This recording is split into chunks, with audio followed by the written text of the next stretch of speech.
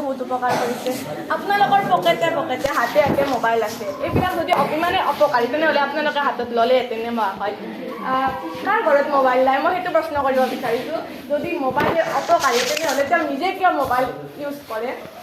মই দেখা হয় তেওঁলোকৰ ঘৰত মোবাইল নাই নেকি? যদি তেওঁলোকৰ ঘৰত যদি অপকাৰী বুলি ভাবে তেনেহ'লে মোবাইল নালাগিলে।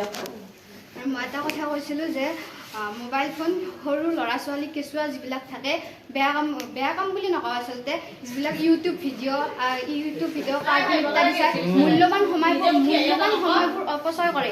তেওঁলোকৰ সেই শৈশৱ কালটো পঢ়া শুনাত কটোৱাত প্ৰয়োজন, কিন্তু তেওঁলোকে মোবাইল ফোনতহে বেছি গুৰুত্ব দিয়ে।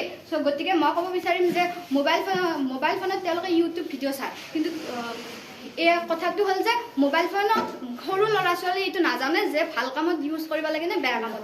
তেওঁলোকৰ মানসিকতাটো তেতিয়ালৈকে নহয়ে যে ভাল কামত ইউজ কৰিব লাগে নে বেয়া কামত ইউজ কৰিব লাগে, সেইটো বেয়াই হয়। মোবাইলটো সেইকাৰণে মই বাছনি কৰিছোঁ যে মোবাইলটো বিপক্ষে, সেইকাৰণে মই কৈছোঁ যে মোবাইলটো ভাল নহয় সমাজত। দেখা হয় ধূমপানৰ পেকেট এটাত লিখাই থাকে ধূমপান স্বাস্থ্যৰ পক্ষে ক্ষতিকাৰক। এতিয়া ধূমপান কোনোবা ব্যৱহাৰ কৰে নকৰে সেইটো মানুহৰ মানসিকতাৰ ওপৰত কৰে।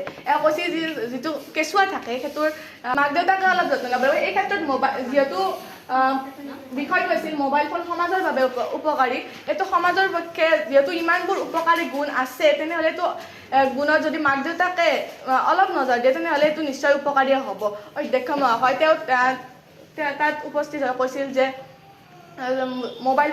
মোবাইল ফোনে যুৱ প্ৰজন্মক অনৈতিক কাৰ্যত লিপ্ত কৰাইছে। অধ্যক্ষ মহাশয় তেওঁলৈ এটা বিনম্ৰ অনুৰোধ, যদি তেওঁ সঁচাকৈ মোবাইল ফোন অপকাৰী বুলি ভাবে তেনেহ'লে সদনত উপস্থিত থকা প্ৰতিজনৰে মোবাইল ডাষ্টবিনত পেলাই দিয়ে। কালি তেওঁ নিজে সদনত উপস্থিত হৈ কওক সঁচাকৈয়ে মোবাইল অবিহনে ছাত্ৰ ছাত্ৰীৰ জীৱন উপকৃত।